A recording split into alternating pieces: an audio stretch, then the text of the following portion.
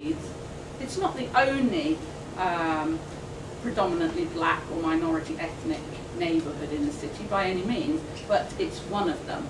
About 60% black or minority ethnic, with particular populations of black, Caribbean, Pakistani and Indian heritage people. And as you can see, it's very different from the Leeds percentages in being 17% Muslim and 7% Sikh, much higher than the averages for the city as a whole. And only 47% Christian, significantly below the city percentage.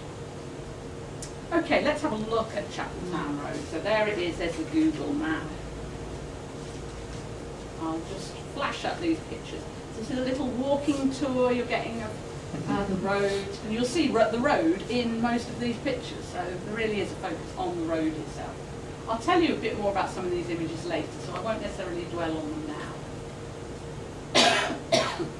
I will dwell on that one because it doesn't come up again. That used to be a synagogue, and it's now the Northern School of Contemporary Dance.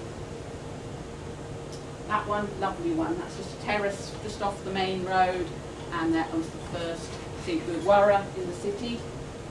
This one was a Sikh Gurdwara too, and they're just putting up the flag there, and they had a Salvation Army band to play to herald the unfurling of the flag. Many, 1950s I think, 1958. Polish Catholic Church, the newest of the Sikh Gurdwaras. Shopping street on Chapeltown Road, a cafe, Caribbean cafe, Rasta, cyclist, some people celebrating, and I will mention this later, at the Caribbean Carnival, some people in the centre of the road. The road being remade. That's quite an important image actually, even though you may think it's funny. And that one too, I'll come back to them later. And then one of the more recently put up buildings is the library on Chapeltown. So it just gives you an idea of what kind of street it is.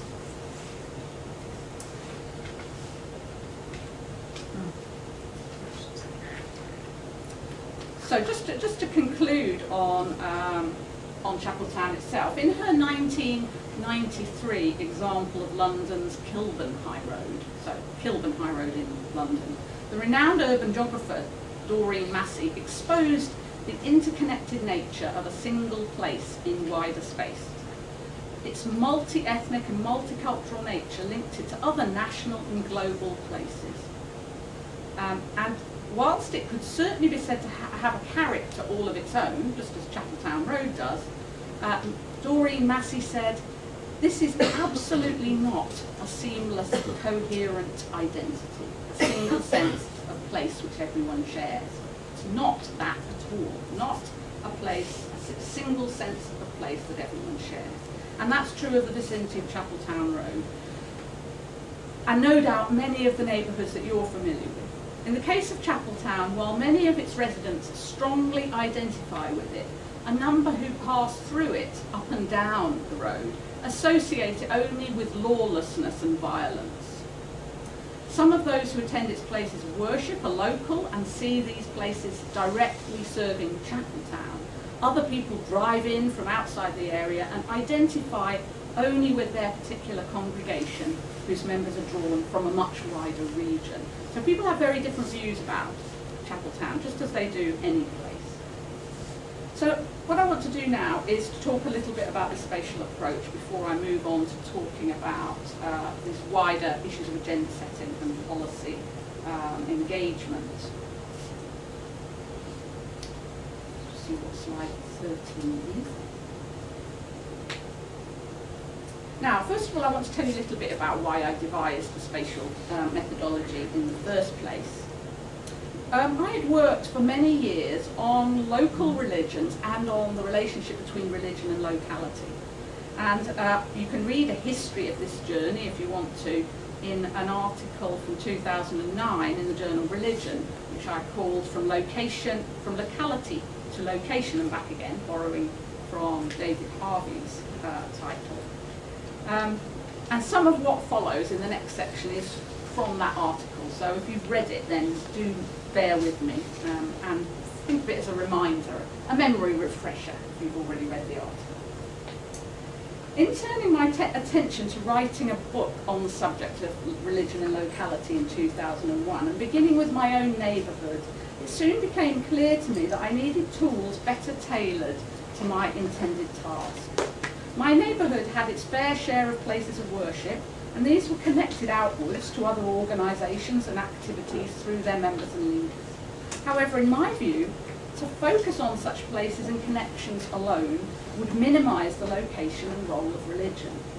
It wouldn't capture the religious behaviour of local residents who worshipped outside the area, or those who preferred not to attend places of worship at all. It wouldn't lead to the discovery of those historical or present traces of religion to be found in ostensibly non-religious sites, such as parks, schools, medical centres, shops and restaurants. And it would be unlikely to produce greater knowledge about the relationship of religion in its secular context. So, whilst I clearly needed to be able to identify religion, what I meant by it, in order to locate and distinguish it from non-religion, I didn't want to limit my analysis solely to religious places and their networks. In opening up the scope of my research to secular places, the task of location became critical. How was religion located in secular places, and how was it to be distinguished from its context? I've got some issues with these questions now, but this is where I started. How was the nature and act of location as a state and process to be understood? So answering these questions really required me to understand more about places as potential contexts for religion, more about religion as the object of study in such places, and also about location and what it means for something to be located. So quite a big agenda from what was originally quite a small problem, really. The first half of the book, The Location of Religion as Spatial Analysis, was the result of this process. And in systematising what I learned on this journey to answer these questions, I ended up developing what I later began to call a spatial methodology. I was much too tentative to call it that to begin with, but that still now seems to me the best way of describing it. It's an analytical method rather than one set of practical methods, I should add. Arising from an engagement, my engagement with the spatial thinking of Lefebvre, Foucault, Michel de Certeau and the progressive geographer Doreen Massey, this methodology combines several key terms which I sometimes refer to as analytical stages, and they're as follows. I'll unpack them a little bit in a minute with reference to Chapeltown Road. They're described and explained in the book and in various articles that I've written subsequently.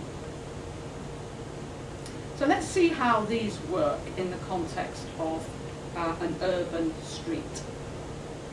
And we'll start with body again. So if you remember, this is where I started with that theoretical example. So let me just illustrate this. You can look at this while I read a little bit about body as the source and resource for understanding Chapeltown Road.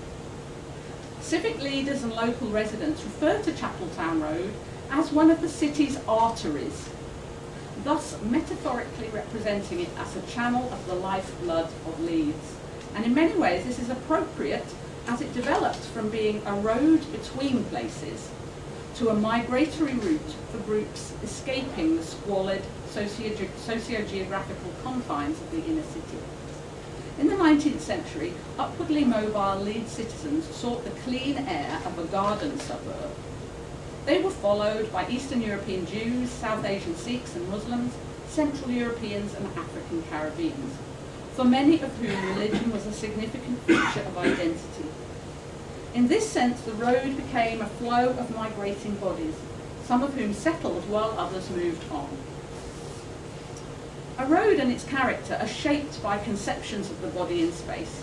Its width arises from the size and shape of the vehicles that move along it, and they too are moulded to suit the bodies that use them. Its buildings take their measure from the human form, some very literally, with temples and churches no less than others planned and laid out, with seated, kneeling and prostrate bodies in mind. The road is a place of work for many, most of whom spend their days in the buildings that line it, while others are street workers, cleaners, prostitutes, community police officers, municipal gardeners.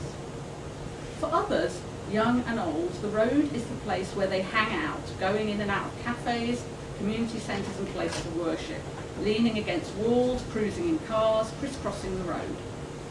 Residents and users have lent the road their embodied identities, as is clear from the signs on shops and other public places. Nelson Mandela Centre, Warsaw Stores, Cantor's Fish Bar, Ramgarhia Gurdwara, Black Beauty Wholesale, Medina Food Store, Dutchy Pot, Latvian Welfare Fund, Church of God of Prophecy Precious Ones Nursery, Polish Catholic Centre and Muslim Girls School. Religion is not only present in these organisations, but on the bodies and in the identities of residents and visitors, entangled with other aspects of culture and ethnicity. It's represented in dress and other outward symbols, as well as in the heart and in minds and behaviours. In starting with the body as the first term in a spatial analysis of this urban high street, I'm suggesting that we begin to see the geographical and social context of religion in a new way. We refocus on locality as embodied and are reminded that the bodies that form and constitute it are themselves religiously and ethnically marked and self-identified.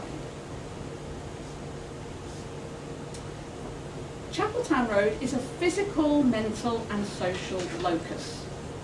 It's being produced and then periodically redesigned and reproduced in stone and bricks, tar, metal and plastic.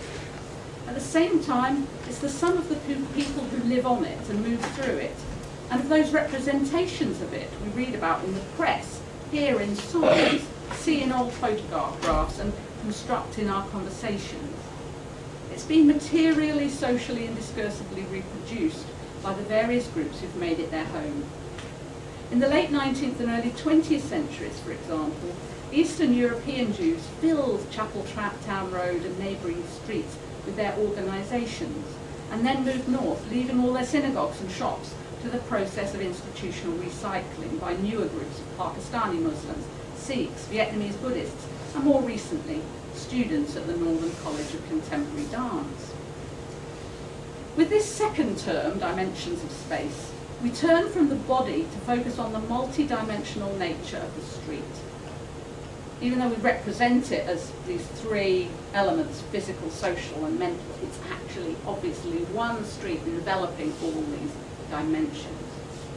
It enables us to reunite what were previously separate disciplinary gazes, geographical, sociological and cultural, in realising its physical, social and mental character.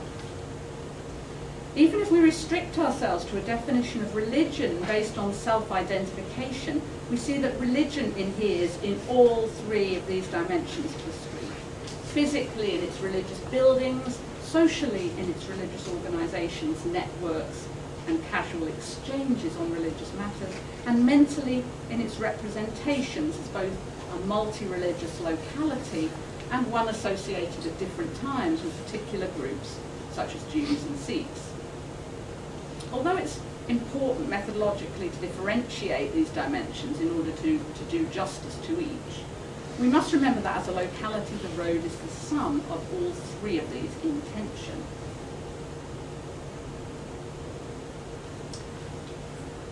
In Doreen Massey's terms, Chapeltown Road is a meeting place, not just in the obvious sense of being somewhere where many people gather or a place of configuration, but as the locus of a network of global and diasporic interconnections. Its internet cafe, travel and Western Union shops are the clearest statement of this.